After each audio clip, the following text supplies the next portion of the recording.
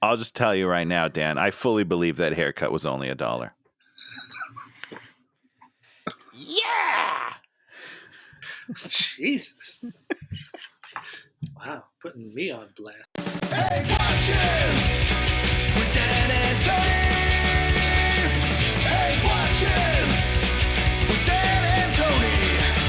It's like watching, yeah. Welcome to Hate Watching with Dan. And Tony. And Tony. You got it.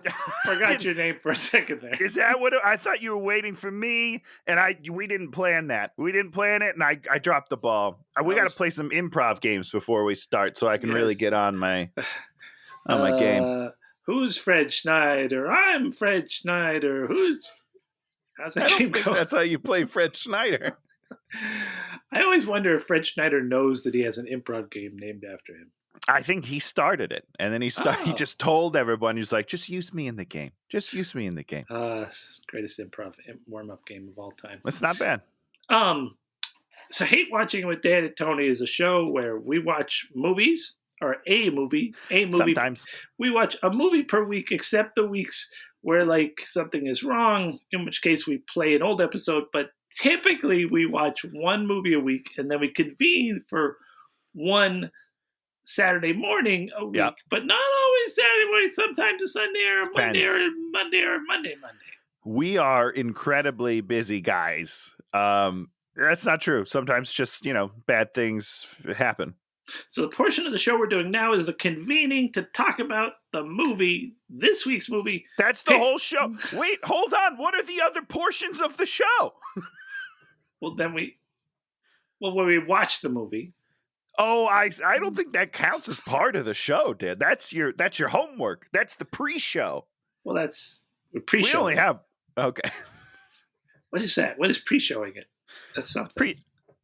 Pre-show. I mean, I don't. Yeah, pre-show is before the show. We got to pre-show it. Who said that? Someone said that at some point.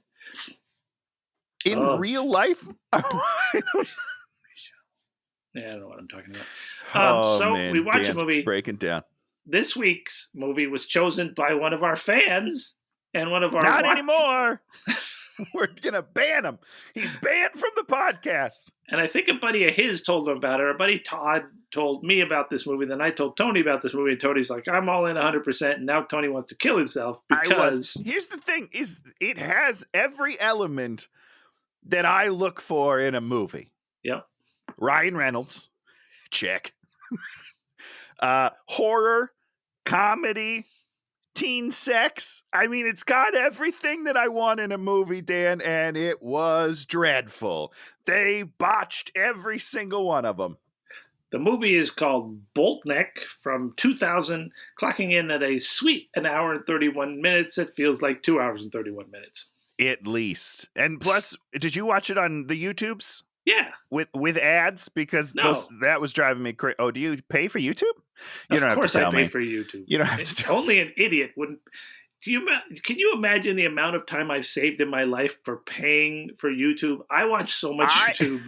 It's crazy. And if I had to sit through ads every time I watch something on YouTube, I would literally kill myself. So what is the point of me paying for ads then, Dan? Because I pay for my stuff to be ads all the time and nobody cares. Yeah, that must be why no one's giving a shit. We don't want your ads. Actually, I wish that I paid to not have ads because they added, I'm probably 10 minutes maybe in real time, but every time the movie stopped and I had to skip ad and then I got back into it, I was like, maybe I just stop it this time. Maybe I don't push continue. Maybe this is the day that I stop watching this movie. So this movie stars Ryan Reynolds in an early movie iteration of his, where he maybe not the star, but a sizable role. Yeah, he's in it, and a lot of baby fat on this guy in this movie. Not the world's most attractive Ryan Reynolds. He certainly has. He's taken it in to an awkward stage, I think. Well, this movie's 2000. He was in Two Guys a Girl, 1998 to 2001, 81 episodes. So this was in the middle of the run of his show? I mean, who knows if they shot this in 1999? That's fair. Yeah, they could have shot it before, and then he made the TV show, and they're like, oh, let's release this film.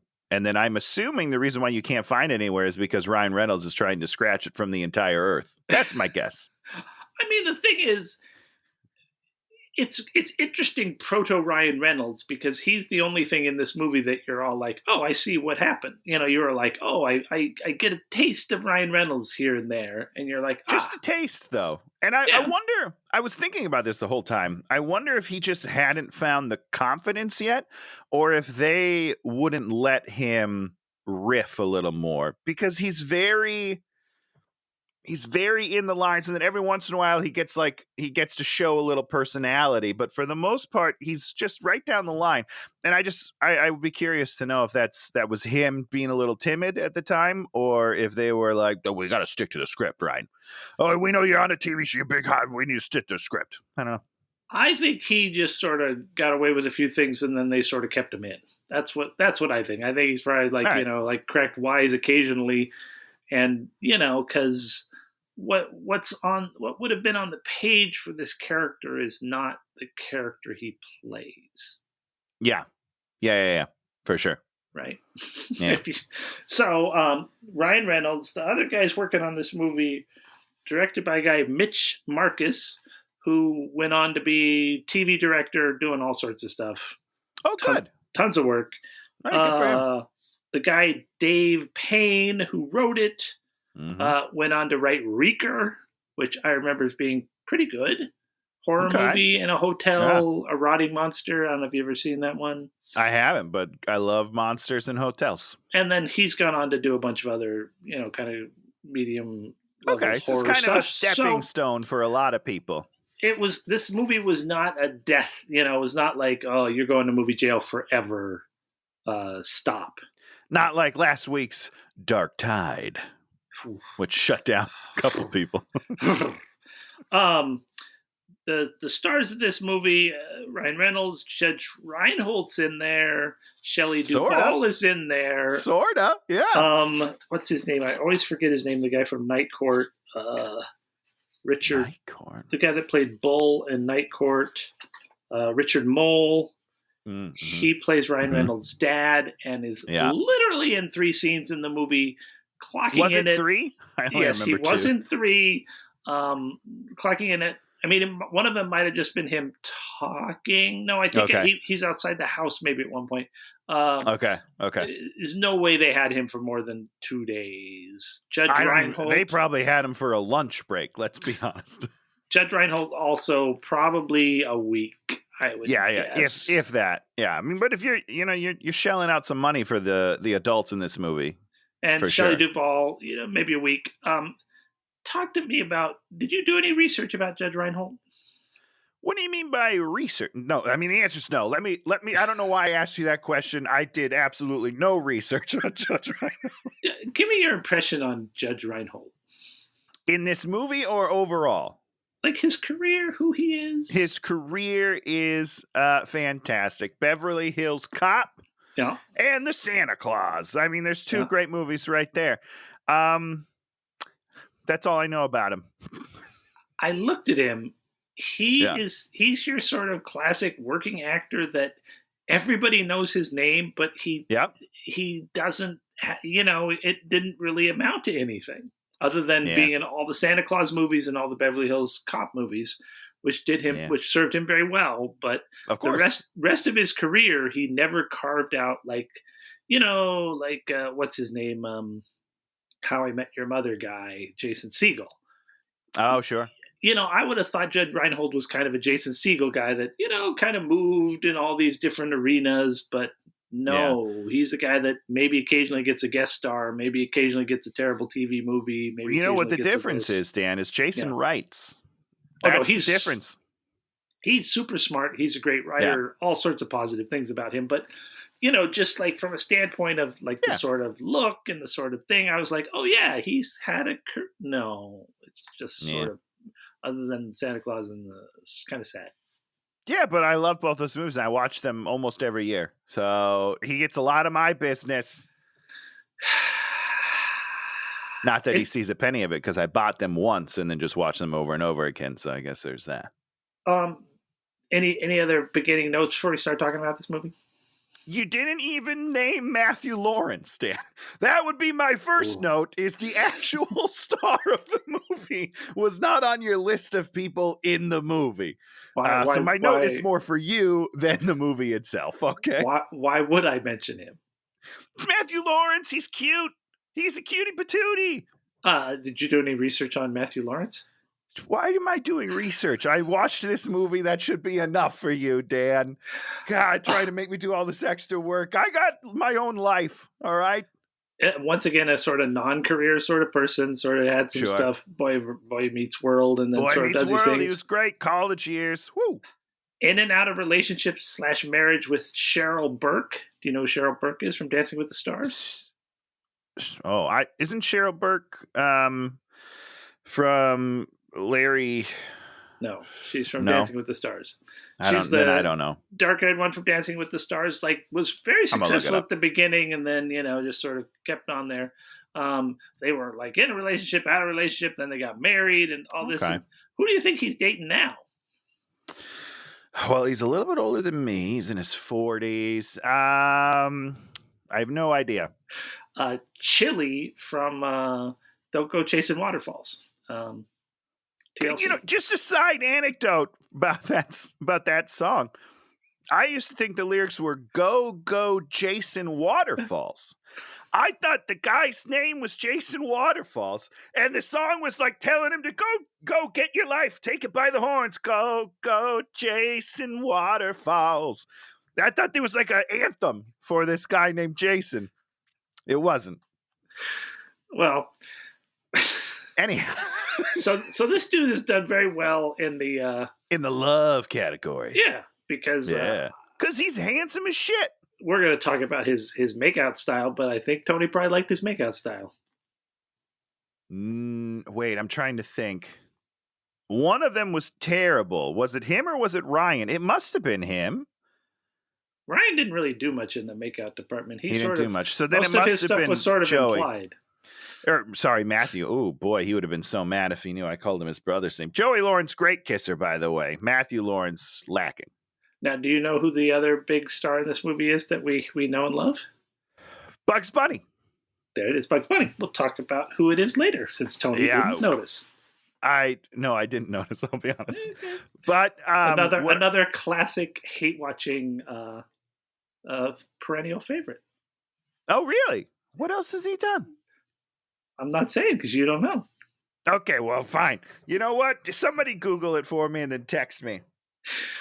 We'll get to it and I'll explain what's going on. All right. We start off with Tim Burton's music. Is it actually Tim Burton's music? Someone has cloned Danny Elfman. Just trying to do, yeah. So do you want to talk about how this movie is a pastiche of Weird Science and Edward Scissorhands and every other 1980s teen comedy, even though this movie was made in 2000 for no reason? And for the first, I don't know, half the movie maybe, I was writing down all of the jokes and plot points that were used in other movies, and then I just gave up because I was like, oh, there's nothing original in this film. There's not a single original idea in the entire film. So then I got tired. I got tired of doing it and I just quit. But I don't know. The guy that wrote this movie just put together a bunch of like things from his favorite movies, and it was like, yeah, this makes a movie, right, guys? Right? Kind of like Frankenstein. Holy shit, Dan! You just blew this thing wide open. This guy made a Frankenstein movie about Frank Stein making a Frankenstein. This is incredible. Yeah. I didn't even think. Do you think?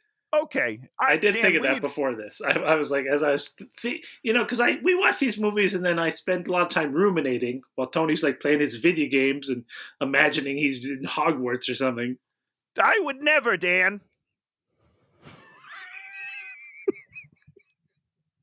This guy's spilling the beans on the podcast. Jesus Christ. I'm blowing up Tony. Okay, do you want to blow up Todd before we start the movie? Yeah, all right, Todd. We should have brought Todd onto the podcast to face this punishment to his face. He's going to do Old with us when we do M. Night Shyamalan's Old. We're going to do it. We're going to do a 3-way. Yeah, it'll be my first 3-way, Dan. I'm pretty excited about it. but he's locked and loaded for that one. He wants to do that movie too. Okay, that's fine. I'll still invite him even after this fiasco.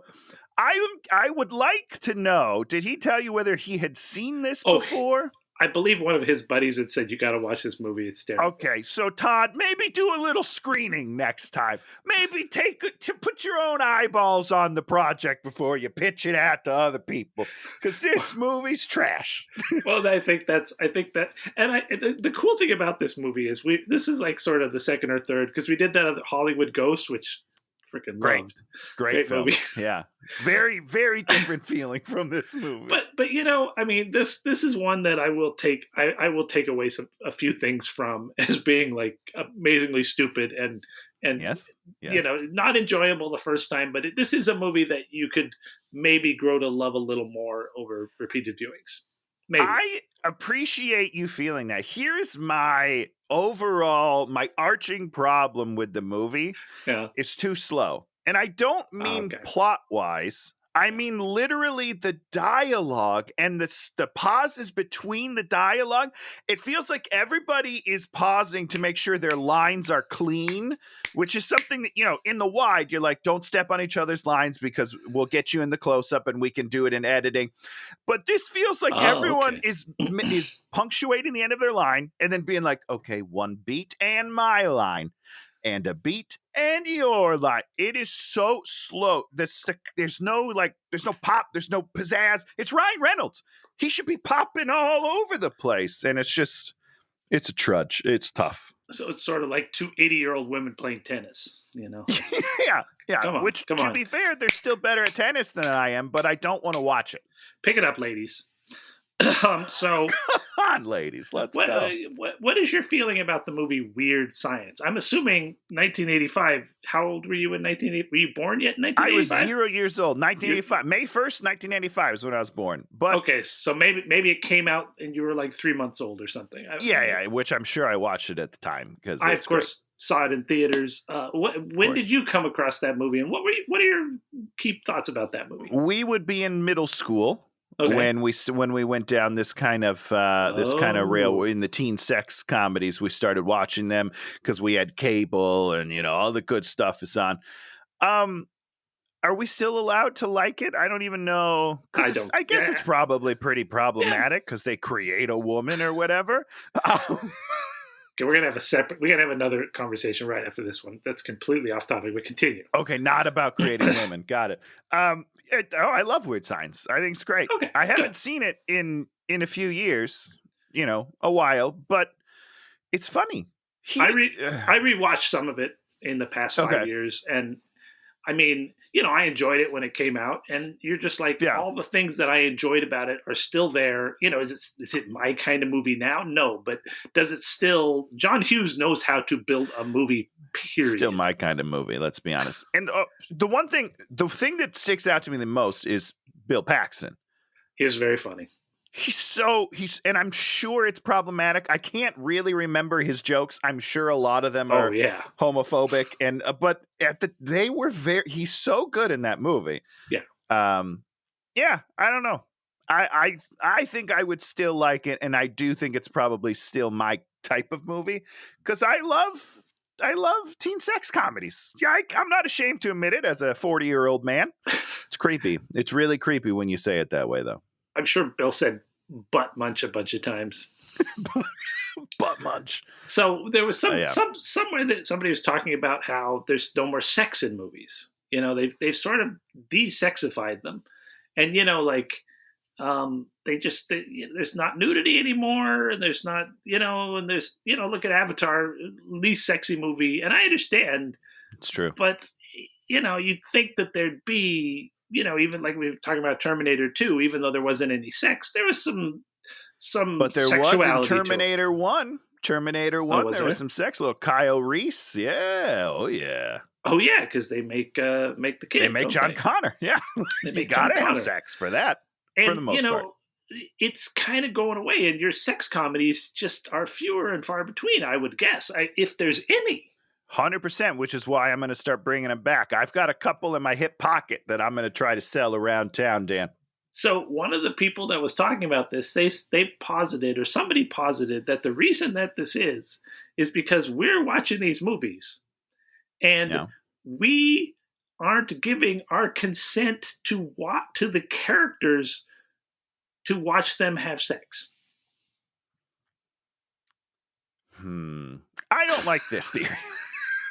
Because here's what I'll say. I don't If think I'm- it's true, but it's a really If interesting. I'm paying to see you perform, I think that's me saying, go for it, guys. But you see, that's the whole thing. It's not that you're not consenting to seeing the actors doing it. You're not consenting for the conceptual characters. Here's what, and you know what? Listen, I'm sure people feel that way, but as we talked about during Avatar, I was waiting for it. I want it. I'm the opposite. I'm like, come on, characters, give me something to feel. I want to see. Show me male genitalia. I don't care. Bring it on. I want to see everything. No, I don't know if I don't You know if I wanna agree see- with this. Giant blue erections. Is that what you're saying? Sure. How fun would that be? I mean, honestly, like, let's look at what is that movie where he's got a big blue dick? It's a comic book. Wow. Jeffrey Dean Morgan's in it. It's about Oh, superheroes. Watchmen. Yeah, that's true. Watchmen. Huge blue penis in that movie. I loved it. There I it is. thought it was great. Heard it here first. I don't listen. I don't know. I guess if it is happening, they're not wrong that that's happening. So maybe that is correct. We're a very sensitive society nowadays. But sex is disappearing from the movies, right? I mean, I guess it is, and the fact that I don't know the answer maybe speaks to why it is. Yeah. Am I missing it? Ultimately, we can maybe have not. whatever violence you want, but Yeah, it's weird. I don't know. when I was don't the know. last time you saw nudity in a movie? In a new movie, nudity. Oh boy, I'm gonna have to think about that one. I don't know, Dan. Yeah, exploitation. Hopefully pretty recently, you know. Exploitation has removed the nudity. They've kept all the violence, but they've removed the nudity. I don't know. I'm upset. They're taking away my nudity, and I don't even know it. Actually, I was watching the Red Letter Media guys, and they were talking about Cabin Fever, and that one had all sorts of stuff in it. But how long ago was Cabin Fever? The new Cabin Fever, the remake of Cabin Fever, or the original Cabin Fever? Because that was like 2000s, right? I don't know. I don't know. Well, Did we've it? digressed too much. Well, perhaps not. Didn't what? Yeah, I don't know. I'm trying to Let think me of the ask- last time I saw a naked person in the movies. Is there any nudity in all those Halloween movies, or the Jason movies, or the other ones? So Friday the 13th. not the new Halloween trilogy. Nothing. I don't think there is. However, well, I guess that was like 2007, right? I was going to say the Rob Zombie one is full of nudity, but 2007. that was a really long time ago. Yeah, It's 10 years ago. Wait, you're telling me 2007? that we don't even have that's nudity 16 in years horror ago? movies anymore? I don't think I so. am upset. I ruined Tony's life. I won. I don't know what's happening here, but here's what I'll say. Every audition I go on to from here on out, I'm going to start the audition by saying I am okay with frontal nudity. Let's get this thing going.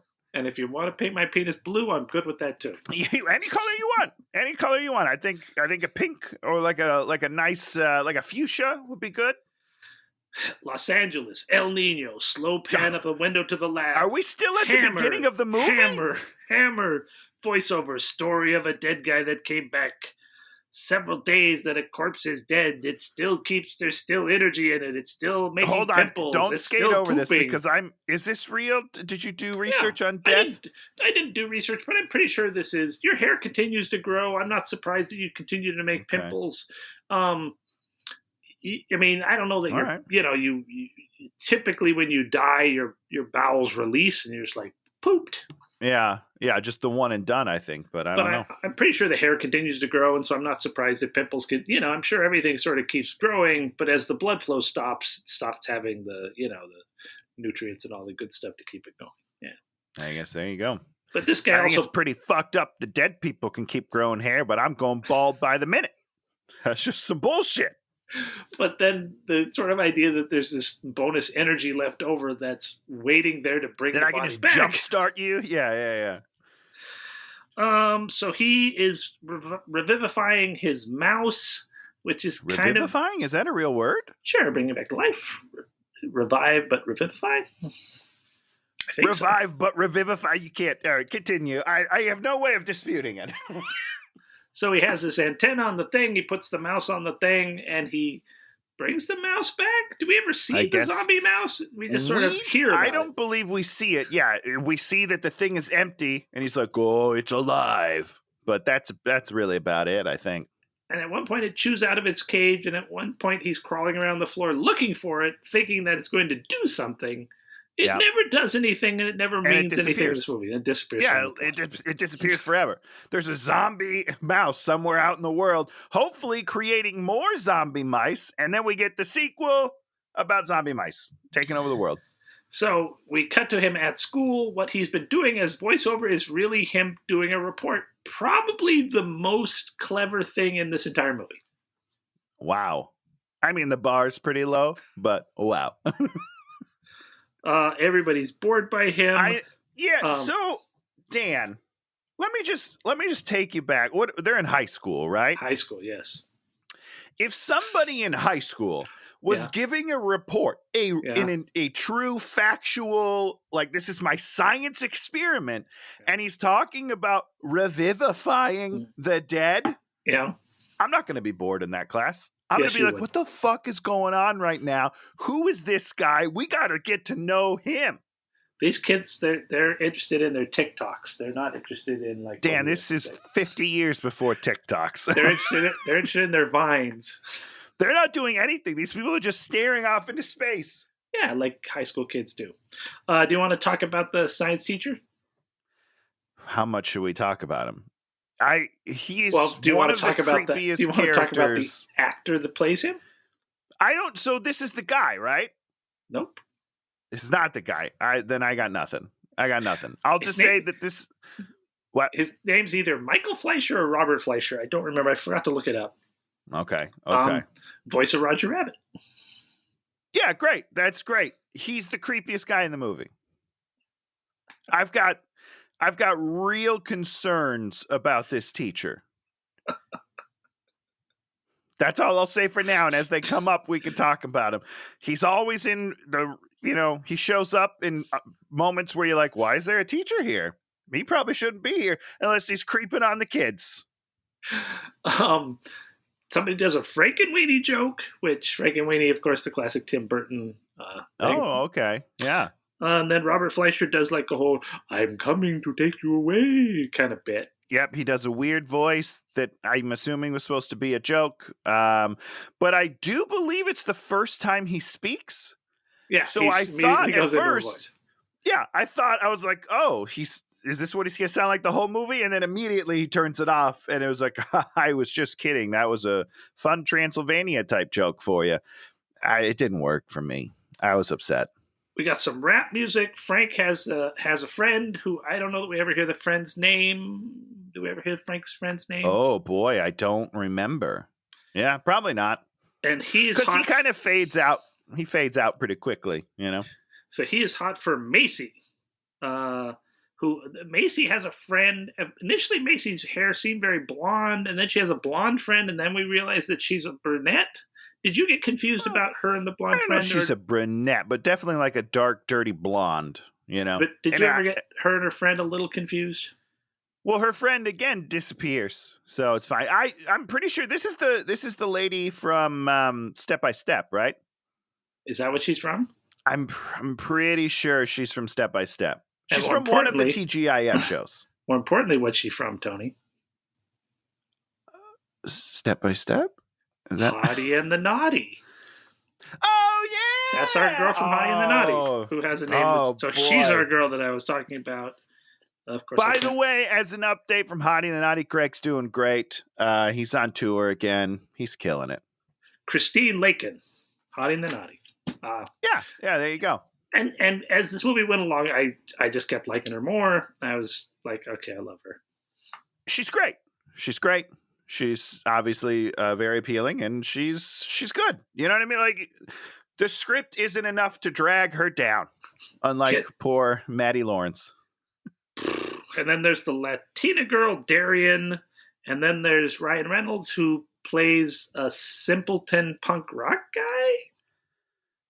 He's not punk rock. He's got a punk. It says punk rock on his jacket. Yeah, no, I understand that, but he's definitely more in the emo persuasion.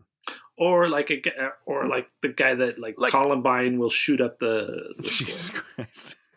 He's wearing the big jacket, the dirty hair. Or that. Yeah, okay, or that. One of those two, I guess. Yeah. Jesus. So we've got everybody. So we've got 3 girls. Oh, and then we got the 2 stupid guys. Did we meet them yet? Yeah. Yeah, because you meet them in class. They're doing jokes in class. Okay, so we did. Their names are Lance and Tuttle. Yeah, I guess. So they're playing the roles of Robert Downey Jr. and his buddy in. Oh, sure. I was thinking they were more like Bulk and Skull from the Power Rangers, but yeah, yours makes sense too. They were absolutely completely modeled after. Who do you remember who played the buddy? The other guy. It wasn't Matthew Lillard, was it? No, it wasn't. I would remember that. I promise you that. So we've met everybody. 2 sort of bad guys. Ryan Reynolds, outcast. Frank's sort of friend who never doesn't really play a role. And then there's 3 girls. Yeah. Plenty of people to go around. Frank in his lab, obsessed with death. Shelley Duvall is his mom. His dad studies brains. Yeah. And there's a brain story on the TV about someone crazy who got killed and then his brain got given to Frank's dad. I know a lot of people complain about these types of tropes. Yeah. I love it. I love a good newscast at the opportune moment that just tells me everything I need to know in a 15-second clip, and then I'm like, okay, back to the movie. Let's hit it. I'm okay with it. Do you want to talk about your Lawrence brother now? Is now the time to talk about Frank? Oh, well, I mean, there's a lot to talk about. What do you mean specifically? His acting? How he's the worst person in this whole film? As a character or as an actor? Both. Yeah. No, I suppose that's true. I don't know because the dad's pretty bad too. Judge Reinhold, which we'll get to. He's got the worst line in the whole movie, like the creepiest thing that's ever happened in movie history to me. He also has my favorite line in the whole movie. What if they're the same line, Dan? What if we felt so differently about They are absolutely not the same line. I don't know. We'll find out. I'm excited. They will. Yeah, so here's my big takeaway on Maddie is that I don't know where this is in his career. I don't know where his brother is, Joey, because Joey was definitely bigger than Matt. And I don't know if he's got a chip on his shoulder and he's kind of feeling like, why the fuck am I in this shitty movie? But he doesn't feel like he wants to be there. And his character also sucks. Like, everything is his character's fault. He basically watches 2 guys kill a dude. And instead of maybe, I don't know, telling somebody, he's just like, we should do a science experiment on him instead. I think this is way more fun. And then he finds out that he's a murderer. He murders women, and he still lets his date, the girl he likes, go to his party. Wait, he doesn't murder women. He thinks he might have murdered a woman.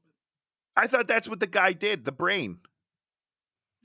Oh, no. I this is normally the part where I explain to you exactly what the whole true plot of that secondary character that we only learn about through newscasts is, but I have no idea. All right, well, listen, he's a bad guy either way. I don't know. And Matthew's character is just like, please don't go. Okay, see you later.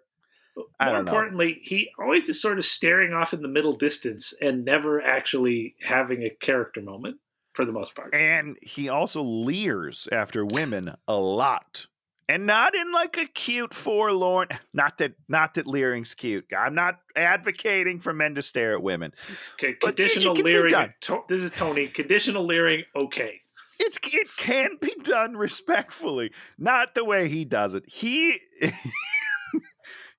in the beginning scene where he's giving his speech about death. Yeah. At some point in that speech, he starts looking at the girl, Macy.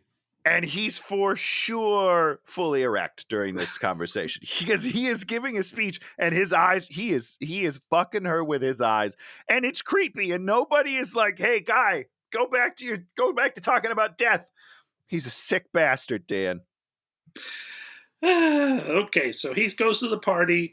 They don't let him in, and then he has to pinch the one guy's ass, and then still doesn't get in. Did you understand that at all?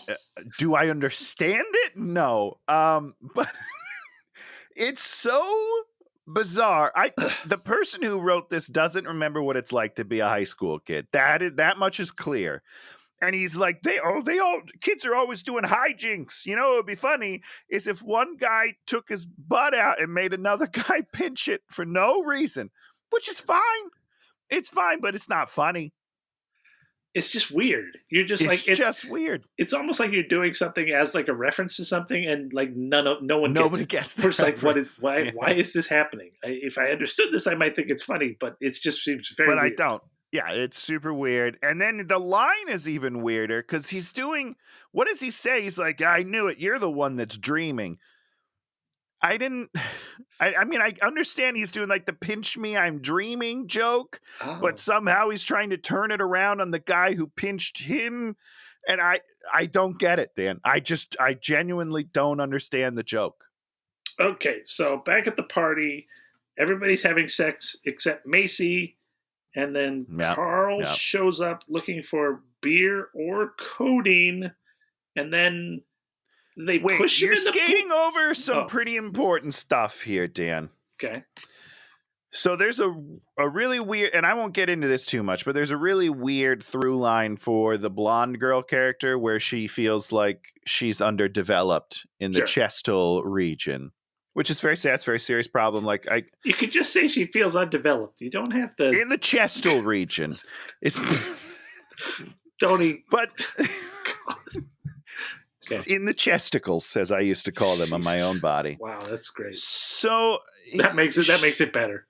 Does it make it better? Oh, I'm glad I saved it. I thought I'd gone too far, but now I've pulled you all back, and you're on my side again. She's making out with the Lance. Is that what you said his name was? Yeah. And she just like stops him and asks him, "Do you think I'm too flat?" Which is a very weird moment, but then it gets weirder because he's like, it's not the size, it's what you do with them, which is what normally we say about small penises, because that's how we make ourselves feel better. And then she goes, "What can I do with them?" And he says, "You can let me play with them." And it's just all really weird, and it shouldn't be in the movie. Now I understand. It's foreshadowing, Jesus. Now I understand why we're taking sex out of movies. Now that I'm thinking about it, it's so weird. It's done so unorganically. If you don't do it right, it's really horrifying. 100%, you have to hit that balance right where I'm like, oh, okay, that's sexy. Not like, oh God, you're a creep. So they kill Ryan Reynolds, like by pushing him, or he trips and falls into the. No, he punches him in the face, right? Oh, really? I'm pretty sure. Because Reynolds has like a weapon of some sort. He's swinging something at Lance, and Lance just like punches him in the face, and he like falls into the pool and dies. Lance murders him and dies. And then the girls come out and they're like, "Hey, where did Ryan Reynolds go?" And they were like, "Oh, he's gone. Don't worry about it. He ran away." These guys are all bad people. The mouse. Here's the point at which the mouse experiment. He's up on the roof. He sees that the mouse is gone, so he's like, the experiment works. And then he sees them dragging the body into their car to get rid of it. And then the cops come to try to add weird tension. And then he goes down there and gets involved, and then explains to them how he can bring him back to life. Yes. Yep. But we need a new brain. We don't know why we need a new brain. Is there a reason why we need a new brain? later they kind of say, because the brain was dropped and damaged. So like the fall damaged the brain. And how So would he know it's that? no good. I don't know. But what I'm more interested in is the next thing that happens when he's like, we need a new brain. And Lance looks over at his buddy Tuttles. What's his name? Cuddles? Tuttle. Yeah. Tuttle. And is like, hey, let's use your brain. You don't use it very often. He wants to murder his friend, Dan. You can't take a brain out and the guy's okay. Like this, you're ending him. Your idea is to kill your friend to bring back the guy you don't like that you killed. That doesn't make any sense. Nope, it doesn't. So they go to the dad's lab. He has the ID somehow. He has a cooler somehow. And then they just walk it. He just walks in there, picks up, then there's two brains in there, good brain, bad brain, with the thing situated towards camera, not towards where he's staring. Right, not where you would have to read the labels, but it's the opposite way. Yeah. It's like if you put the stuff into put the frozen food into the microwave so you couldn't read what it is. Why are you doing that? Stupid. Very stupid. Then they go to the school. They send Tuttle up to there to put the lightning rod on the thing, and then we have this bit where they have to run the cord, but the cord's not long enough, and so Is this your favorite bit of the movie? Oh God, no! I said my favorite line. There's a line I like. I wrote it. I wrote down a few lines, but there's one line I actually really liked. It's all right. It's very near the end of the movie. This is my biggest laugh of the movie, I think. When he jerks off the cord, like that's going to make it longer. I didn't understand any of this. Hold on, Dan. You're skipping over all of the brilliant setup they did, okay? So first of all, the way that this thing works is that the electricity from the lightning rod is somehow going to go down an extension cord? Sure. No, not sure. I don't think that's how extension cords work. Oh, absolutely would work. Are you sure? Absolutely. You don't need some sort of conductor? I don't know. Listen. Okay, hold on, Tony. When you plug a light into the light things, doesn't the electricity go through that and get to the light bulb? But it can only get so many volts. That's why you have different plugs of different sizes, right? Like there's like one that'll give you 120 volts. There's one that'll give you 240 volts. There's not one that'll give you unlimited electricity from lightning, right? Okay. I don't know. Can we get into some science here for Christ's sake? Science. Okay, what happens with electricity in your house is your house is wired for 110, I guess. Yeah, 110. Yeah, I don't know. We'll just pick a number for now. 110, 220, 440, whatever. It's whatever it is, and that's what comes out and goes to the light bulb. Light bulb is that the extension cord doesn't care how much electricity is running through it. I mean, certainly it's prorated for a certain amount. If you run, 1,000 volts and 1,000,000 amps, that cord's going to light up and burn out. Yeah, it should set fire. Yeah, these are all possibilities, but the whole idea is he has like this weird mass of cables, and certainly the thin extension cord's not going to be able to take a whole lightning bolt. But you wouldn't think so. He's made a whole thing, and it's gonna. Yeah. He's taken Frankenstein's giant fucking lab and made it portable. Who is this guy? It's called microchips, Tony. Microchips. Okay. Anyhow, regardless, this is not important. So the setup. Unregardless. Here's the setup, right? Is the cord's not long enough. It's hanging down the window. So Lance looks up and he's like, hey, Tuttle, we need it longer. And Tuttle looks at him and he goes, oh, don't pretend you don't do it every night. Do what every night? And then you find out he just starts jerking off the cord. Doesn't make any sense. Not going to make anything longer, but visually very funny. And then somehow, guess what? It does make it longer. So 10 out of 10. Great joke, everybody. It's not a great joke. Okay, so they go down there. He saws the head off, puts the brain in. As he's putting the brain in, what's the sound effect? Is it just squishy? I don't even know. It's a fart. Is it really? There's a couple of weird random sound effects put in this movie that you're just there's another one. There's like a bird or a cat, like in the middle of like nothing to do with a cat or something. You're just like, what is happening? The sound designer was very bored as he was going through this movie. He's just like, I got to add some jokes for myself. Let's go. Did you notice that they weren't wearing gloves? Matthew Lawrence has this was has formal or one something? rubber glove on. He's Michael Jacksoning it. He's got one glove and one bare hand, but he keeps manhandling the brain with the hand without the glove. Why? Why do you have a glove on at all then? I don't understand. Who was on set and was like, oh shit, we only have one glove. Should we put it? Just put it on. Just put on the one glove. We don't need matching gloves. Oh my god. Uses a staple gun to put it back in there. And then the one guy, this is actually a joke that is not terrible. They take off they need to put the thing on his toe, and he's like, just take off his sock, and he's like, pulls it off, and he's like, he's got a toe ring. He got what he deserved to die. Yeah, Okay, that was very funny. That's a joke. Not that we condone it. Toe rings, great. I didn't know they were a thing until last night. Yeah, very gross. Dramatic music, the lightning hits, the bolts go through him, and he just works instantly. Wait, hold on, because I have a question. They make Tuttle put one of the electrodes on his ear? They put one electrode on his ear and the other one on the dude's toe. I don't understand that. I don't understand that at all. That was so baffling. So confused. And then they get electrocuted as well, which, by the way, they're dead, right? I don't know. But it's electrocution is a it's a very questionable thing. People can get hit by lightning, and if it doesn't go through your organs, it's just I don't want to talk about it because I don't know. Don't make me talk about electricity again. Do you remember what Carl's first words are?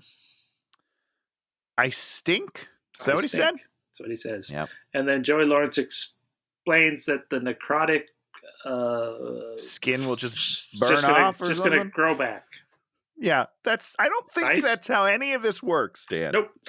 And so they've got to give him a new haircut, and they have to go get new clothes from the theater department, and then they just drop him off at his house, and he goes inside his house. Yeah. Yeah.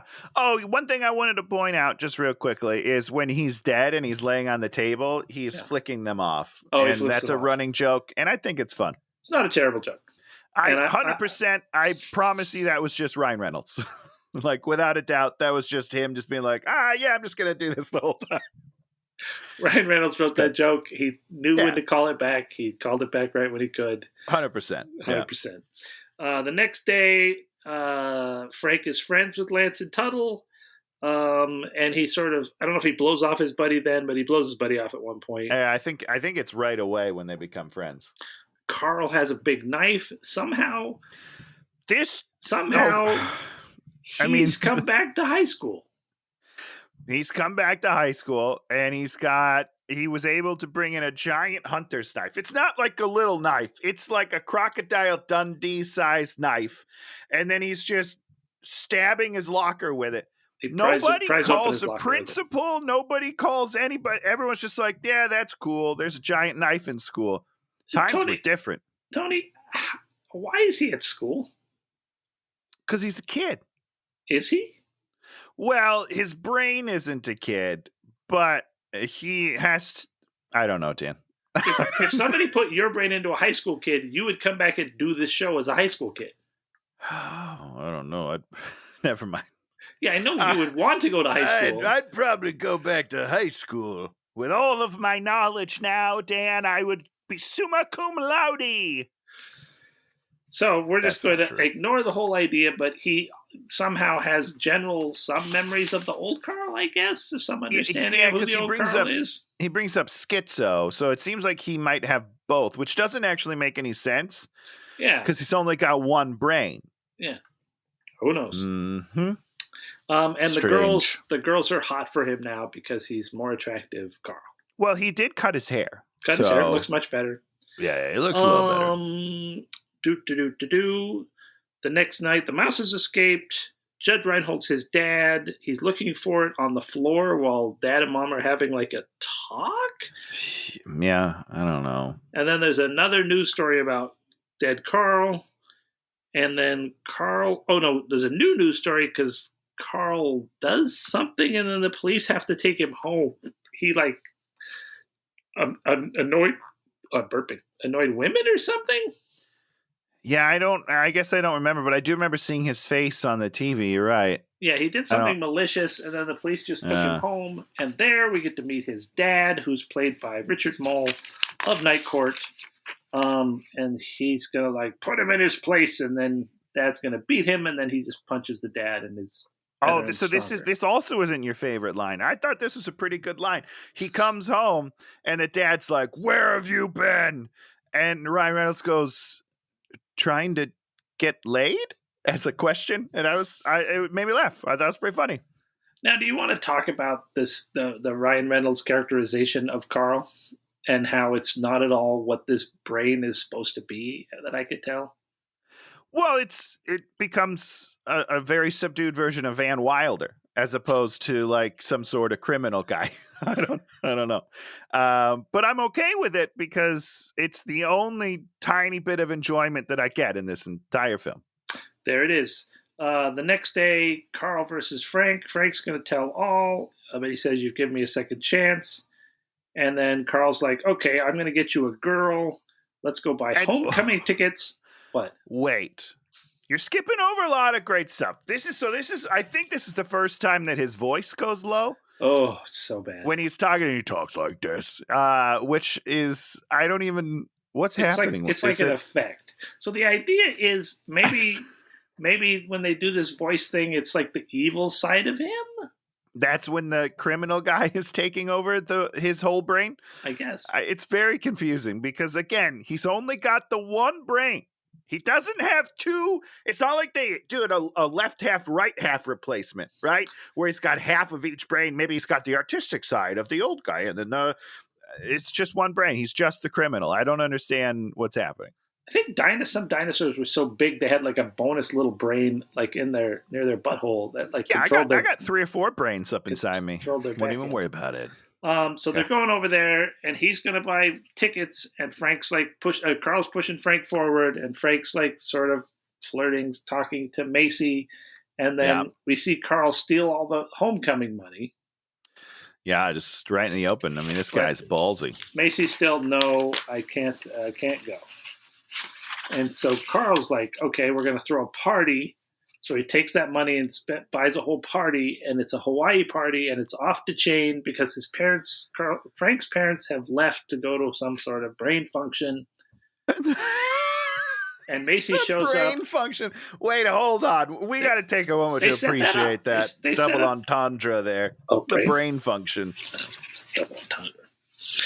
Because I guess, is an entendre strictly sexual? What is a double meaning that's not sexual?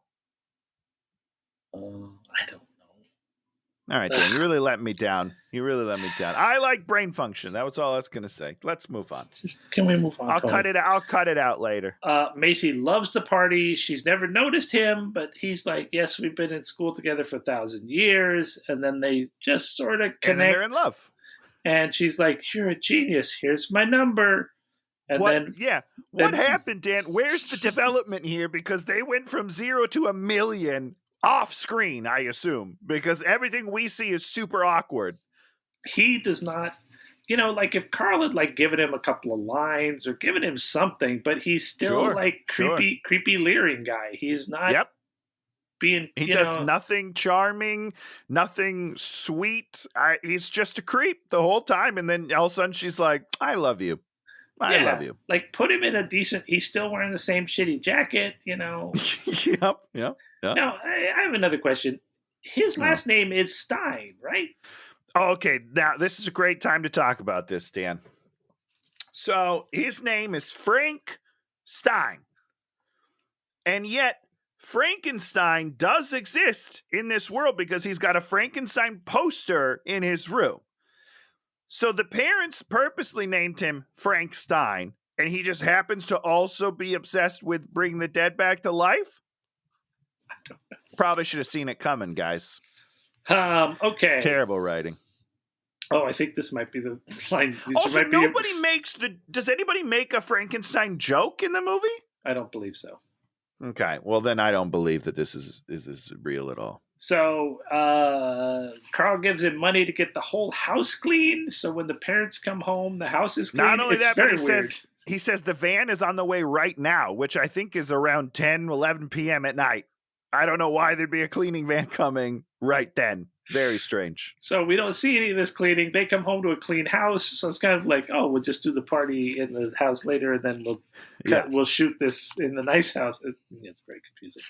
It is super confusing. And what does the dad say when he finds out about him having the girlfriend? Oh, because he has to use the van for homecoming. And what does he say? Is this your line?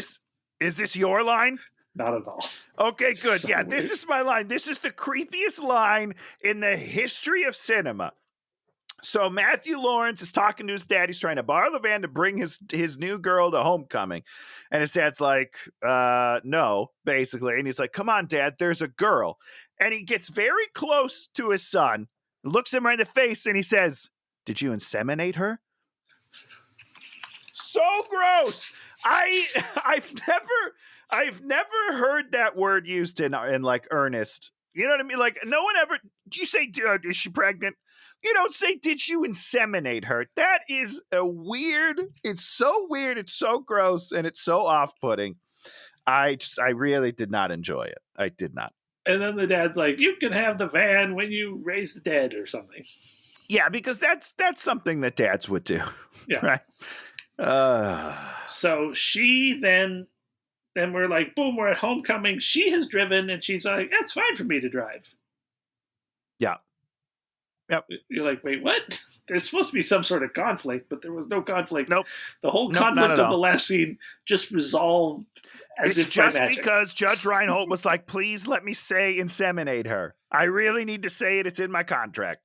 Oh, wait, no. Judge Reinhold said, I'm going to give you the van if you ever raise the dead. Yeah. Yeah, if you raise the dead, I'll just give you the van. Yeah. Yep. So then somebody says the homecoming is school-sanctioned popularity contest. No, kind of. Yeah, I mean, sure. Lance wins male, Darian wins female, and then Carl steals more money from the homecoming. Hold on, though, Dan. This might have been the last one I wrote down because it was just so egregious. Yeah. But she gives a little speech up when she wins homecoming queen, and she's like, to all the people who voted for me, who else were you going to vote for? Blah, blah, blah. It's basically the exact same speech from She's All That. It's almost verbatim, the same speech. It's so close that I was just like, I'm out. I can't handle it anymore. I'm done. Maybe an AI wrote this movie. Yeah, an early AI, of course. not the one we got now. Are you playing with that chat at all? Chat GPT? What is it? Chat GPT? Yeah, I mean, are you, Tony? No, but I'm thinking about it. Man, I'm going to have it write a pilot for me. There it is. Then I'm going to sell it. That's going to happen. So they dance. This is the point at which I realized that Macy was the girl from Hottie and the Naughty, because I looked it up and I was like, oh, that's why I like her, because I liked her in that other movie. Yeah, no, she was really good in that movie, if I remember correctly. Then Carl hits on the flat-chested girl, and then he shows that Lance is cheating with Darian, and then Carl leaves with her. Then we have Hold on. Wait. Slow down. We got to go to this bleachers scene real quickly, Dan, because this is one of the weirdest thing that's happened. Just bear with me. So Ryan Reynolds brings over the blondie to see that Lance is hooking up with the other girl. They are deep under the bleachers. Why do you have your glove on? I'm getting cold, but the dog is using my sweatshirt. So, oh, that son of a bitch! Put something on. Gotta put this hat on. So they're deep under the bleachers. Yeah, get your winter gear on, Dan. This is good. People are really gonna like this. This is good content. You look great. I love your hat's a little like a Hershey's Kiss. Yeah, a little bit. Yeah, because it kind of goes in and comes to a little point. I eat you right up. Does it gusset? Nah, yeah, I don't. This isn't better. We're going to need a whole fashion department to come in here and fix this podcast. Just give us some tips. Give us some beauty tips, everybody. Okay, so So, he's looking okay. under the bleachers, yeah. So they're under. Who they're is it that deep got under. killed in the bleachers? Was that in the faculty? You remember that? Yeah. They close. Ooh, that's good. Yeah. It's good stuff. It's Good good movie. stuff. So they're making out under the bleachers, but lot you of hear them. hot people in the faculty. Josh Hart. I mean, Josh Hartnett, Frodo Baggins, Famke Janssen. Oh man, she's who's the Fast and the Furious girl? What's her name? Why can't I think of her name, Dan? Jordana Brewster. Yeah, there we go. I love her. Anyhow, that movie's phenomenal. What about that's every year. What about the new Dungeons and Dragons trailer? I'm pretty excited about it. Chris, listen, I love a good Chris Pine, and I think this is going to be a good Chris Pine. He's going to be so good. He looks so good in that movie. He's a little, off the leash, I guess is the word I'm looking for. You know what I mean? It's like that's where you want Chris Pine to be, just out in the gray zone, having some fun. The magic user kid with the deep voice. Oh, I didn't mean to do that. I'm ready for it. So they're under the bleachers, Dan, and they're making out, right? But here's the thing, is that you hear them louder than the people that are talking right on camera in front of you. The spatial audio is so wrong that I just can't even understand what's happening. They're having a conversation, and all you hear is the what is happening? Who put that through post and thought it was okay, Dan? That's not how sound works. It's got to travel. Okay, talk about then we have was this that weird, worth the 8 minutes? Absolutely worth it all. Talk about the weird bathroom scene between Lance and Tuttle. What's the bathroom scene? Tuttle goes in the bathroom and then he's doing something, and then Lance comes in, and then they pass him a bottle or something, but the doors they don't have doors, but they're acting like there are doors there, and we're just like, what's happening? Why are we in the bathroom? Yeah, so he's on the toilet. Why is he on the toilet? But he's fully clothed. They're both on the toilet, fully clothed. And but Tuttle's already there. Tuttle's just sitting there drinking or something. Yeah, he comes in, and then Lance comes in after hooking up with his girlfriend. Yeah. Oh, they talk about it, and he's all like, "I'm okay with it." That's what makes me weird about it. So listen to this. This is what happens. So Lance comes in, sits down, and he was like, "Hey, I was just making out with your girlfriend." And Tuttle's like, "Yeah, she's good, isn't she?" What? Now they're just comparing notes about how much they both liked making out with his girlfriend. It's a very strange scene, and you're right. He just passes a bottle underneath the stall door, but there's no front door, so you could just come around. But the whole time, Dan, Tuttle is resting his head on the seat covered dispenser. It is the most disgusting thing that I've ever seen in my entire life. That place is so dirty. So dirty, and he's just fucking, oh yeah, don't worry about it. Absolutely filthy. Not as dirty as the bathroom scene in the Hulk Hogan movie. So but that scene's incredible, too. Carl's out there making out with the flat-chested girl. Lance and the boys show up. Carl beats them up. And then Frank's also there for a unknowable reason. And I think maybe Macy is there also. Yep, they're all there. They're all there. And then 100%. Lance is like, "You've got to fix this to Frank." Yeah, well, Dan, you're skipping over a lot of good stuff. Or here. I will. I skipped over. You skipped over a lot of good stuff. Our episode is going to be longer than this movie, Tony. Yeah, you're damn right it is. Because we have a lot of important things to say, Dan. People need to know. Artifact 1. Here's what happened. Tuttle gets out of the car. So Lance gets beat up really quickly, right? This part was amazing. Tuttle gets out of the car and is going to go fight Ryan Reynolds. But to get himself psyched up, he headbutts the fucking car twice. And it looks pretty real, too. 100%. Whoever this actor is, full on headbutts this car 2 times before entering the scene. Concusses himself and still continues with the scene. It could have been one of those foam cars.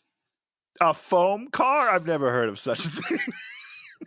Okay, we spent half the budget making this foam car so Tuttle doesn't hurt his head. Has to buy about it. Foam car. I mean, well worth it because I was scared. That's the most scared I was the whole movie is he's headbutting this car. I was like, I hope that guy's okay. Because that was serious shit. So now Macy's taking him home and she's all like, who are you? Like he's really interesting. Yeah, but first, Dan, really quickly, I just want one more thing about this scene and I'm done. So Matthew and Ryan are talking together and she's, I don't remember anyone's names at this point. Frank and Ryan Reynolds are talking and Millie, is that her name? Macy? I'm out of it. Is standing right next to him and he comes and they're talking and she's like, you know what? I'm going to go wait in the car. And then she leaves the scene. Ryan Reynolds then leaves and she just walks back into the scene. She didn't go wait in the car at all. Why even have that line in the movie? Why point out? Just be like, I'll wait over here for you when you're done talking. She's like, I'm going to go wait in the car. And then doesn't wait in the car at all. She comes right back to him. Ridiculous. So she's like, who are you? Like, she's like even more intrigued with him now.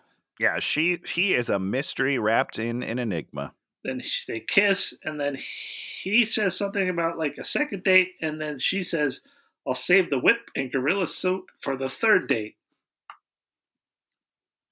Which is weird. And then but, it's a good joke, and he doesn't know what to say, and then she's like, I'm kidding. What's wrong with you? That's not exactly what she says, but yeah. My thing is, he asks, who are you? To her. Oh. And that's when she gets intrigued because she's like, you're asking about me? Oh, it's true. That's how you bring in the girls, isn't it? You ask 100%. Her exact quote is like, he doesn't care. No, he doesn't give a shit. He also doesn't even really listen to her when she talks for the rest of the scene, but it totally works. So guys, if you're ever trying to make a woman fall in love with you, just say, hey, what's going on in your noggin? They love that shit. We're back to Carl. He's making out with her. Then she takes off his hat, sees a staple, freaks out, and then he No, I told you I wasn't going to talk about it, but I'm lying to you. They're making out, and she goes, do you think I'm too flat? Honestly. There it is. It just keeps coming up. It's the saddest. Well, it has to. It's the saddest storyline in this entire movie. Is this poor woman's lack of confidence? That's her arc. That's her arc because she needs a terrible arc. To this is a terrible message to say. Not that I think there's anything wrong with cosmetic surgery. I don't, whatever. Do you? But it's just like hammering home that it's like, well, yeah, you shouldn't feel confident about your body. You should go fix it, kids. I don't know. Sad. Gotta have that plot point. So we're all supposed to think that he then kills her. That's what we're all thinking. Yeah, he definitely did, though, Dan. You know what I mean? Because he was chasing her with a flashlight into the weeds. Yeah, he definitely killed her. But all right. Cut to Macy's with the science teacher. He's accusing her of stealing the money and giving her 24 hours to give it back, and also saying that Andrea's missing because we have to give all of the school lines to him in this one scene. Correct. But it's weird. It doesn't work at all. First of all, the scene opens up and he's doing some sort of a puppet show with himself or like playing with action figures or something. Squirrels. Okay. Let's talk. Oh, right. One squirrel has fur and one squirrel doesn't have fur. And he's like, give me your fur. Where are my nuts? It is so bizarre what's happening at the start of the scene. And she's just sitting there. And then he's like, oh, and by the way, you stole the money. I know you did, you little bitch. And your friend's dead. That's essentially what happens in the scene. And it's very strange. So Macy decides to cold shoulder Frank. We get to see her at a distance cold shouldering him. She's very good at cold shouldering him. She must be really good at cold shouldering because then he screams for her across the courtyard. And then he tracks her down, and she's all like, tell me you didn't steal it, and you took advantage of me. And he realizes that that Carl stole the money because she's like, you were the last one there. And then Lance and Tuttle walk up to break up the scene and pants him in front of the whole. You're fast forwarding, Dan, and this is No, a I'm terrible. telling the plot. It's not fast forwarding. I told everything plot wise that happened.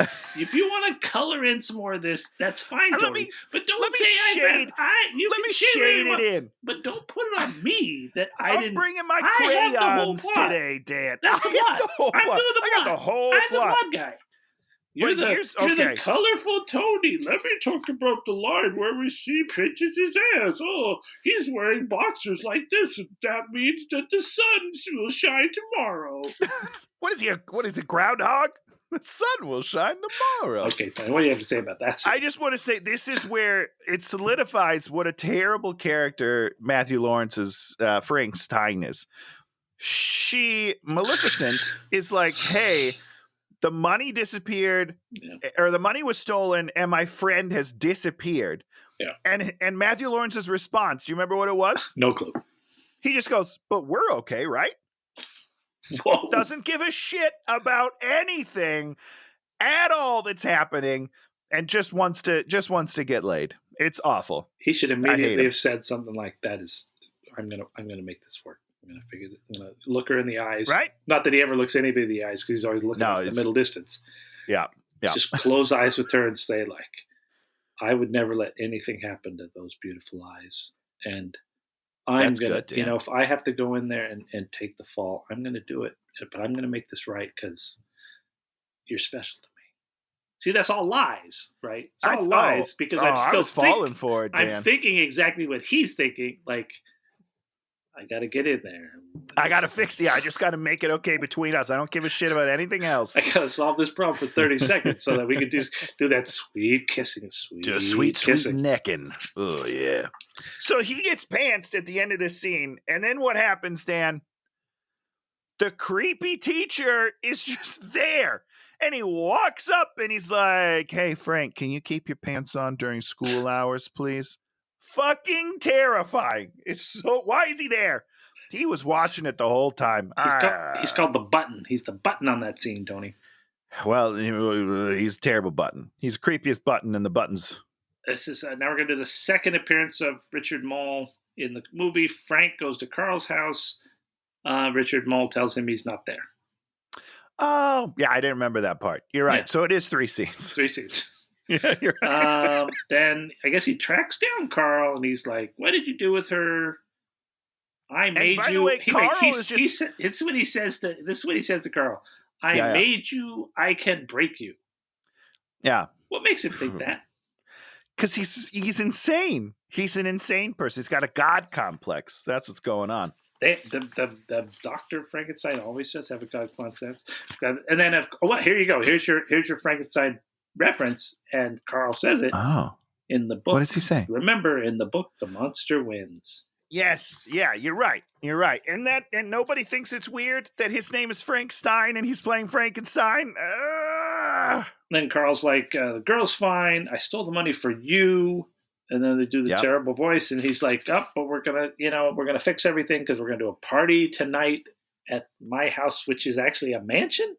Now, apparently, is that where they've been going to every time? Is this part of the mansion? I don't have an answer for you. We have the interior of the house that he lives with his dad. I thought that was like a shitty one. It looks bedroom. like a hole. Yeah, it looks like a hole in the wall. I have no answer for you. I don't know where they are now. I don't know. I got nothing. Cut to school. Macy has 2 new random friends. Yeah. Well, she had to move on because one of her friends is missing, Carl has a gun at school. Great. And what do you mean great? How is this guy bringing weapons to school? They didn't have so weird. Magnetometers back then, Tony. Magnetometers? Sure. There's no way that's right. Look at magnetometers. Tell me what it says. I'm also going to look at revivifying. Revivification. Look at magnetometers. Yeah. Look up magnetometers and tell me what it says, right. Tony. How do I spell that word? N-A. Magnetometers. Then what? T-O-M-T-E-R-S. Tomaters. Right. T-O-M-A-T-E-R-S. Magnetometers. Magnetometer. Yeah, okay, it's a thing.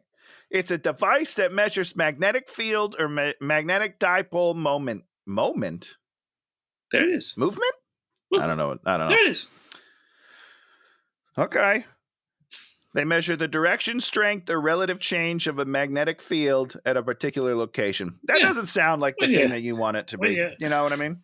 When you move iron through a magnetometer, it it goes beep, beep, beep. Metal detector. What are you looking up?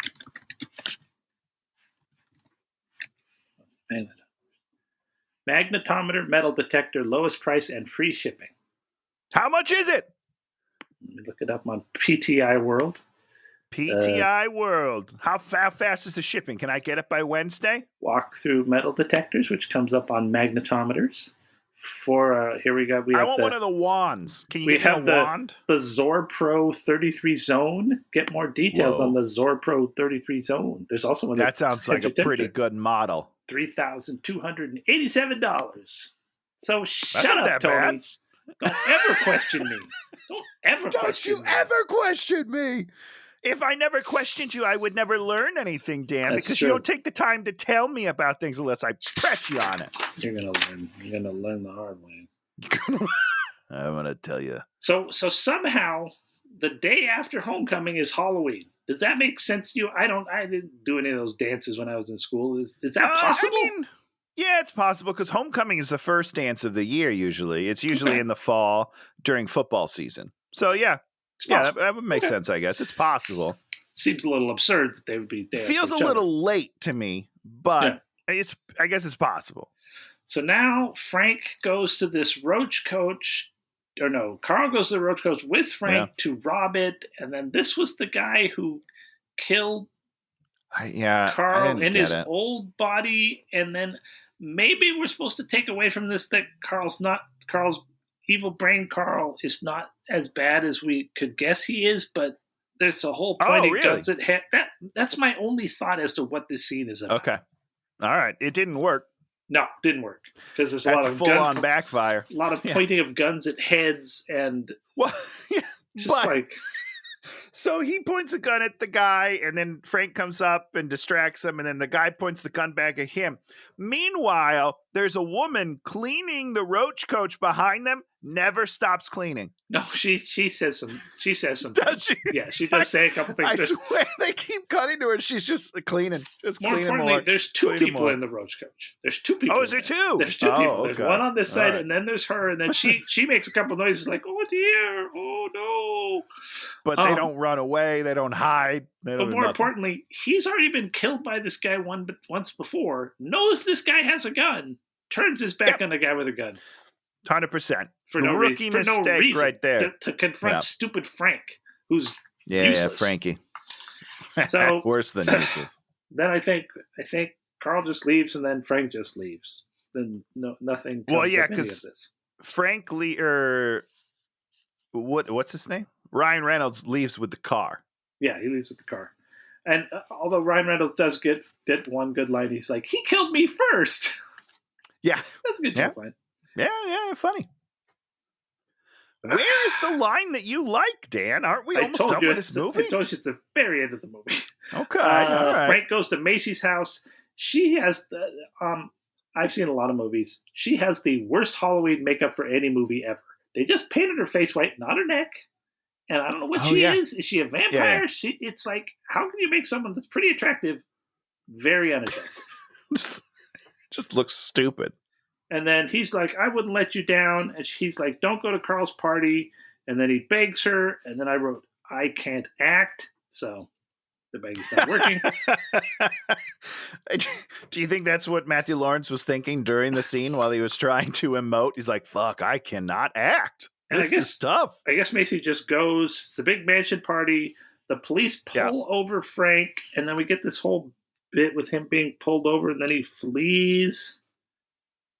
Yep. He's like, he's looking behind him. He's like, "Oh, I'm so sorry." And the officer's like, "For what?" And then he drives away. And then later the cop gives him a ticket. It's just like so tracks him down at an underage party, gives him a ticket for speeding, and then leaves the party. So I don't understand what's happening.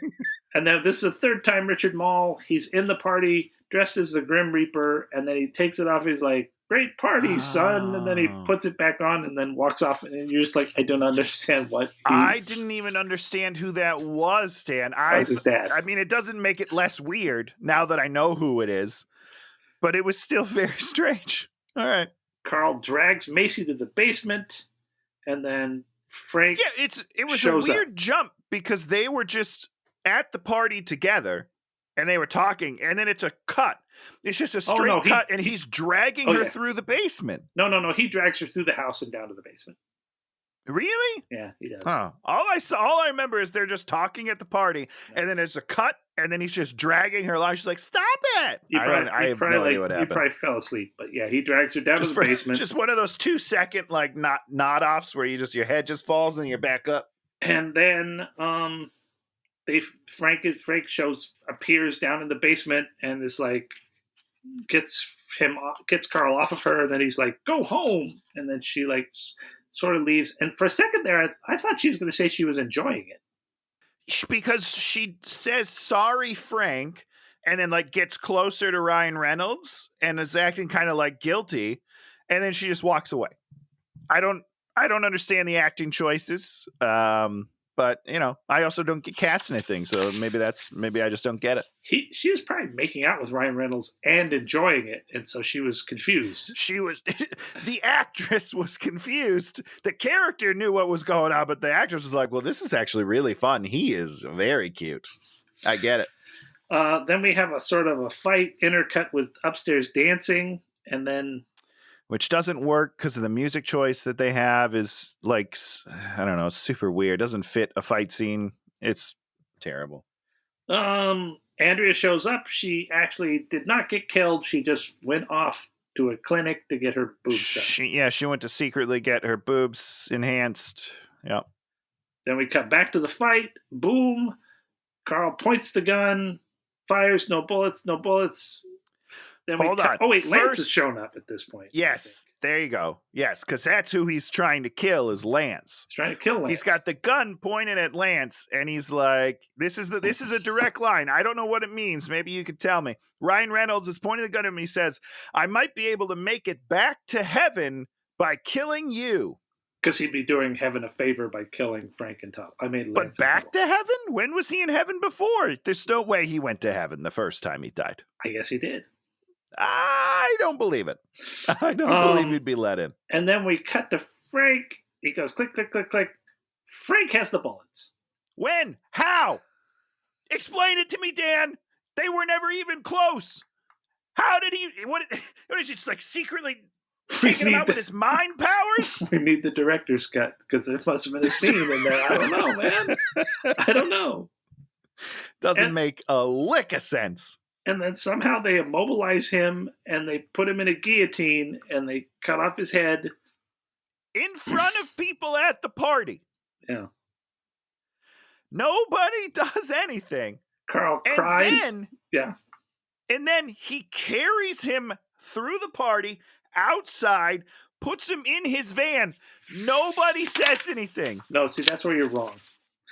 Am I wrong? Carl cries. He says, "You need me. We were the best." And then he cuts off his head, and then everyone claps. Oh, you're right. Of how good it was. It's not that not that they're paying attention, but they think it's cool because they think it's like a magic trick. Cool thing. Yeah. And then he carries his dead body outside, and nobody says anything. He drives to his dad's lab. The dad is working on the brain. He's working on Carl's old brain, which had been. Wait a second. Yeah. How did Carl's old brain get to the brain facility? Oh, that's a good point because they swapped it at the school, not at the facility. Oh boy, Dan, you might have found the one plot hole of this movie. I've broken it. I've broken the script. How dare you, Dan? Destroying the things I love. That's a great point. I don't know how it got back there. It doesn't seem physically possible. Dad fixes the old brain. Okay, this is the point of the movie where I was like, we know everything that's going to happen at this point, and it's sort of, it's actually a fairly elegant solution to this movie, where you're like, okay, he didn't die, The other, Yeah. you haven't killed a person that died. Yeah, Actually, it's gets the brought only back. way you can get out of it without being like a terrible, terrible person. Yeah, and so it kind of works that way. And I was like, okay, I'll buy this. Except for the part where they're like, Well, "Oh, Dad, you fixed his brain. That's never been done before." Unnecessary. That's an unnecessary little moment. So boom, they fix him, but you already know they're going to fix him. There's like zero tension for the rest of I this know movie. that they're going to, but that's the thing is he doesn't have to do anything. It's just like he comes back and his dad has magically fixed a broken brain. Yeah, just like he's going Come to on. just like he's going to slip a brain into your head and it's going to work. Like that's Well, now that I believe. Okay. Then Carl just wakes up. They don't even put us through the ringer of him. Is he going to wake up or not? He just wakes up instantly. Nope. He's like, Carl, and he goes, ow. Yeah. Yep. Here, so they get home and we see Frank driving off in the van and Shelley Duvall. This is my favorite line of the movie. Okay. No, you're right. This was actually really funny. You really did it. You gave him our car. Because earlier he set up that if he did bring somebody back to life, he would literally give him the car. Not let him use the car, but literally give him the car for the rest of his life. That's so insane and actually really funny. It is very funny. And also, because what happened? She's like, you gave him the car, and he's like, yep. She goes, why? The why is what kills me. She's why? And he doesn't tell her. Well, what happens right after that between the two of them? They just start fucking in the front yard. He sexually assaults Shelley Duvall. I'm sorry, that's not funny. That's not funny. It was so weird. You're just like, it was just so have him kiss bizarre. or something, but it's like full like he sexual goes assault. full on like. It's bizarre, and there was no build. It's not like they were doing something cute and then they were like, oh, okay, now we're happy married couple. She's like, why did you do it? He's like, I can't tell you, it's a secret, and then just lunges at her. I don't know, it's bizarre. So the one girl has new boobs in school. She's happy. Lance and Tuttle, everyone now thinks they're gay because there was like this whole sort of weird thing that happened with them being. Oh, he was trying to resuscitate him with mouth to mouth. Yeah. And people walked in and were like, oh, you're making out. The teacher found the money in the desk. Yep, in an envelope in his desk. And instead of thinking somebody put it there to alleviate the problem, he thinks that it's been there the whole time and he just forgot that he put it there. Where did the money come from? Oh, one of the boys must have snuck it back. But you see, that's the whole premise is... How did they get the money? I have no idea. I don't know. Maybe he sold the van. Do they show the van the rest of the time? Maybe he sold the van and got the money from the van. Oh, sell his parents' van. That would be a good plot premise. I'm sure they would appreciate that. Hey, son, where's the van that I just gave you? I sold it for drug money. Carl meets a sort of attractive goth girl. Yeah, I'm fine with it. 100%. Macy apologizes and they kiss. Then there's more making out. And then? Dancing to the credits? No, Dan. So here's the shot. Let me set it up for you. Matthew Lawrence is here. Yeah. Maleficent is here. Yeah. They're kissing. Yeah. In the background is the fucking teacher watching them smiling and just kind of like nodding along. He's like, oh yeah, this is good stuff. And then he walks away, and do you remember what happens? No. He like he's got some sort of a wedgie that he's like pulling out of his pants as he walks away. Did not see Swear that. to God, this is happening in real time, Dan. He is reaching in his ass and pulling out his underwear. I was watching them make out, and I was like, yeah, I'd make out with her. I mean, you're not wrong. You are not wrong. But the teacher, this guy is number one creep, and he needs to be told to stay 400 yards away from a school.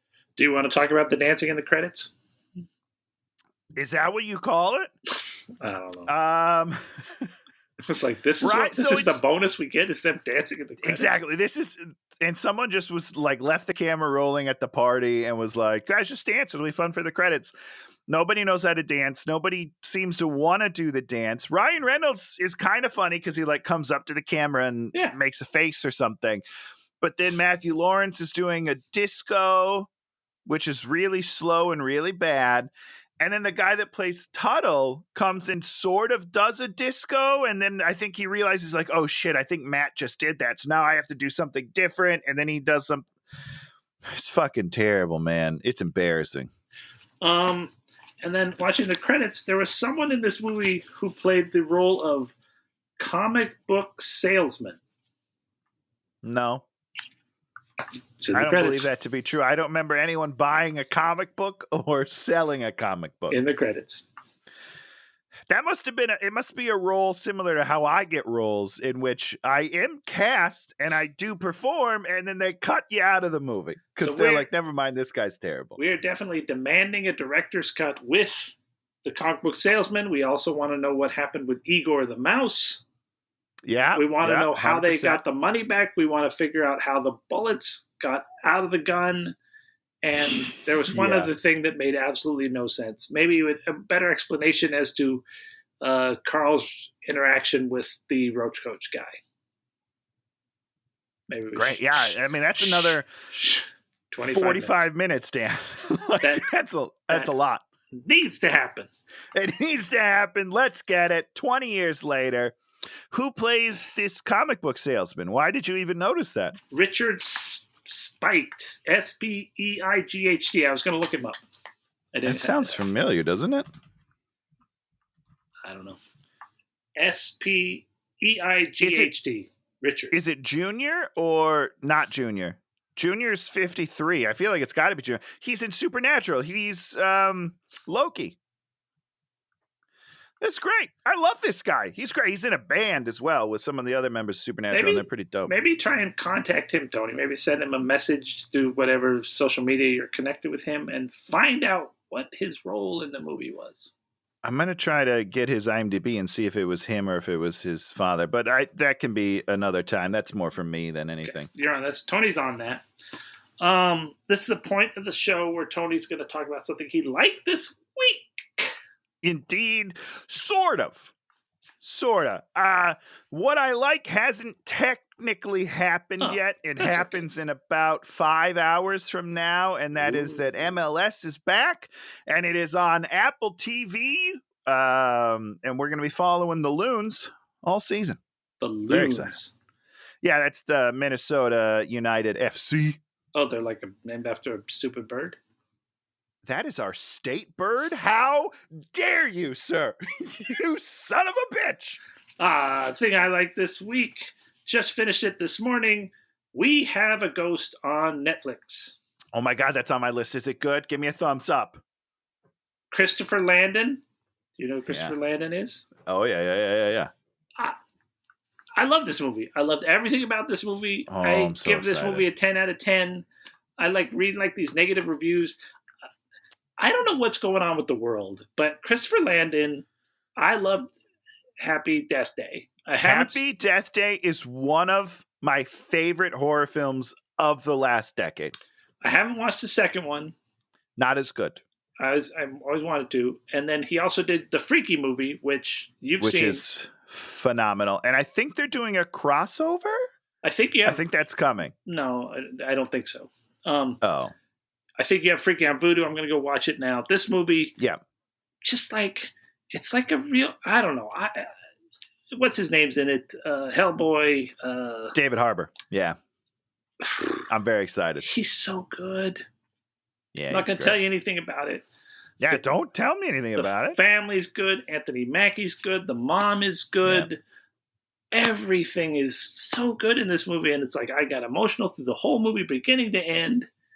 It's a very, very emotional movie. And then it also kind of goes madcap at times. And I don't think people know how to react to like an old school movie anymore. They just don't know how to react to it. It's like, because it's sort of goofy and light at some point, and then it gets sort of, a little heavier, sort of heavier and heartstrings-ier. And it's like some people are all like the acting is terrible. Some people are like the writing is terrible. It's too long and there's too much, and people want everything just synthesized down into nothing. And there was Yeah. I was reading a thing about where people like are talking about storytelling, and they're all like, it should just be the plot. I don't want to hear what these characters actually have to think or what they had for dinner. I just want the plot. Yeah, but that's what makes a movie. And this one guy was pointing out that that's, it's those classic lines and those classic things that happen. Yeah. That mean something to us.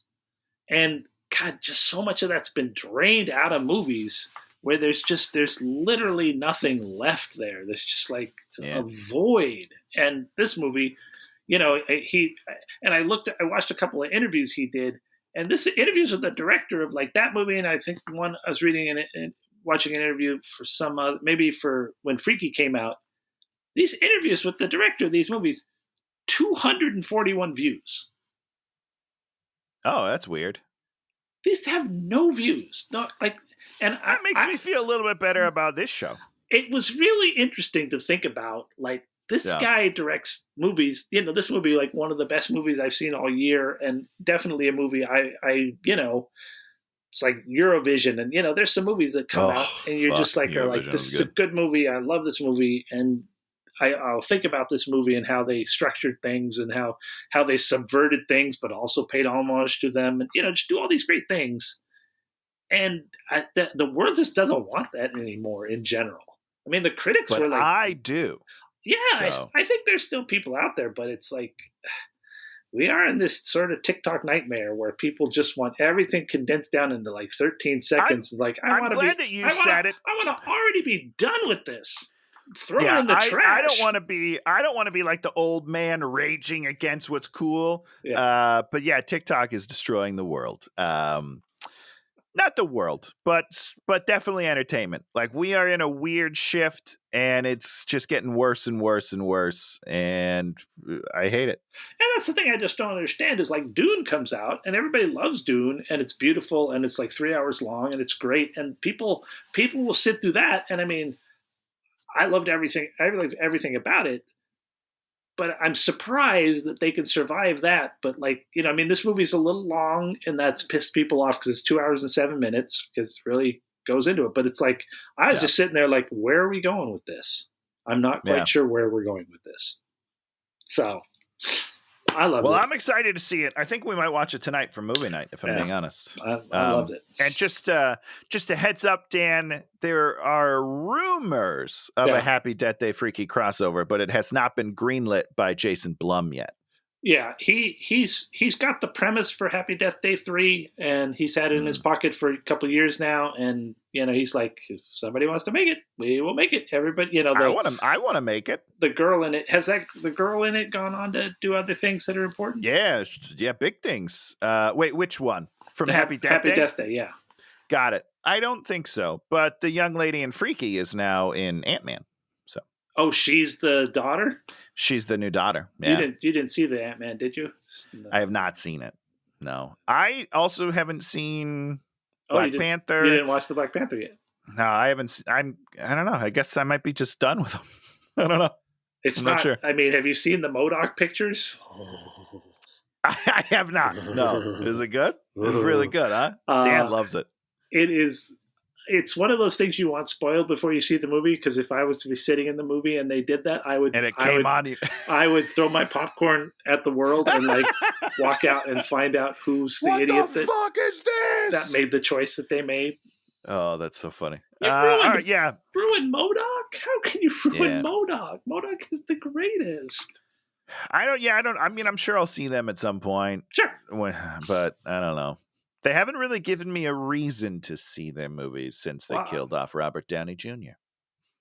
Oh, yeah, you're all pissed off about that, aren't you? I took it very, very, like, it's not like, oh, how could you do that? I'm just like, that was the story for me.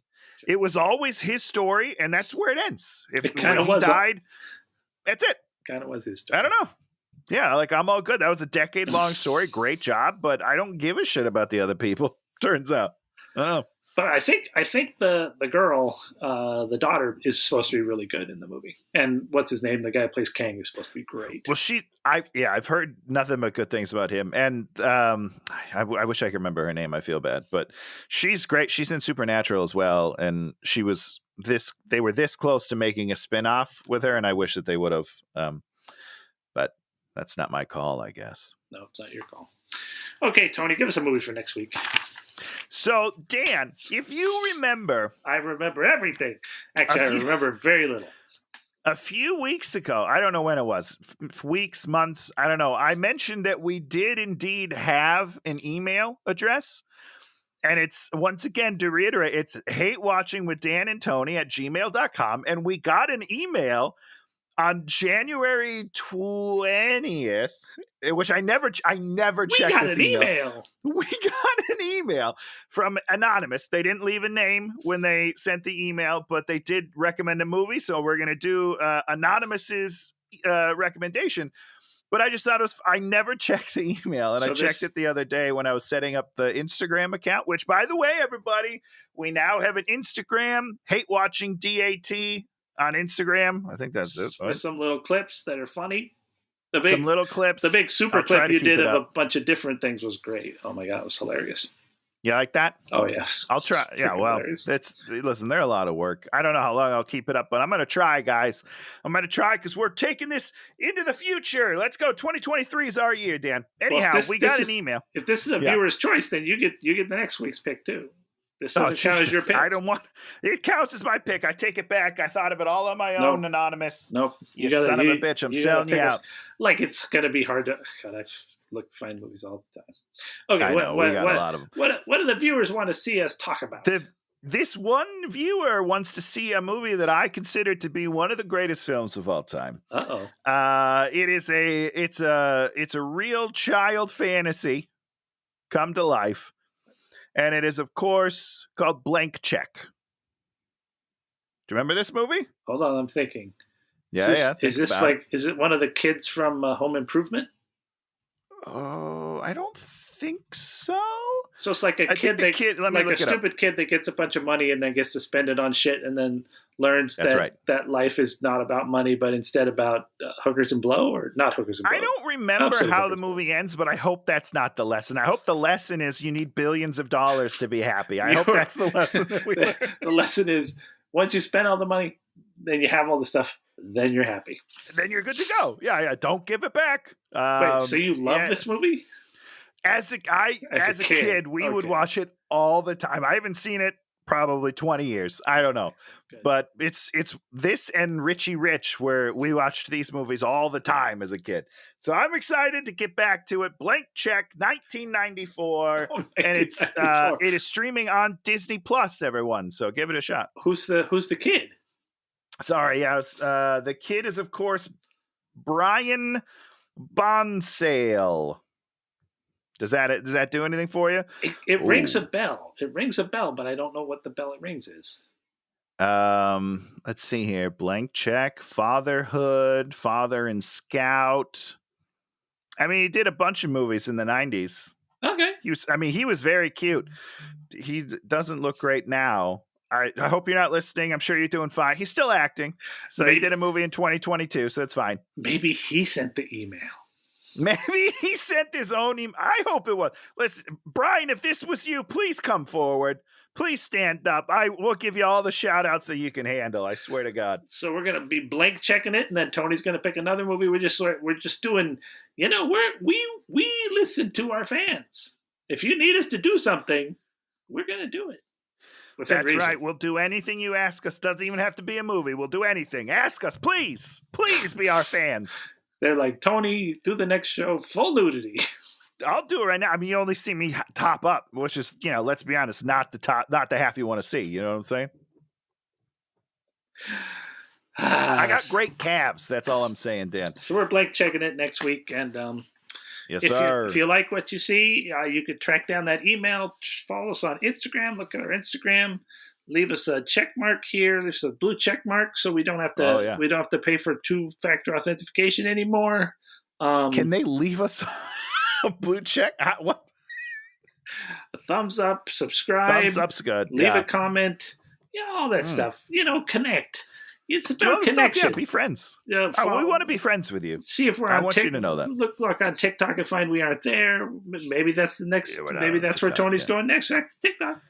I just started the Instagram. We've got 25 subscribers / followers. I don't remember what they're called on Ooh, there. nice. So we need a couple more. Come on down, everybody. So we're having fun. Hope you're having fun, and we'll see you next time. Goodbye, everybody. Bye bye. Hey, watch it!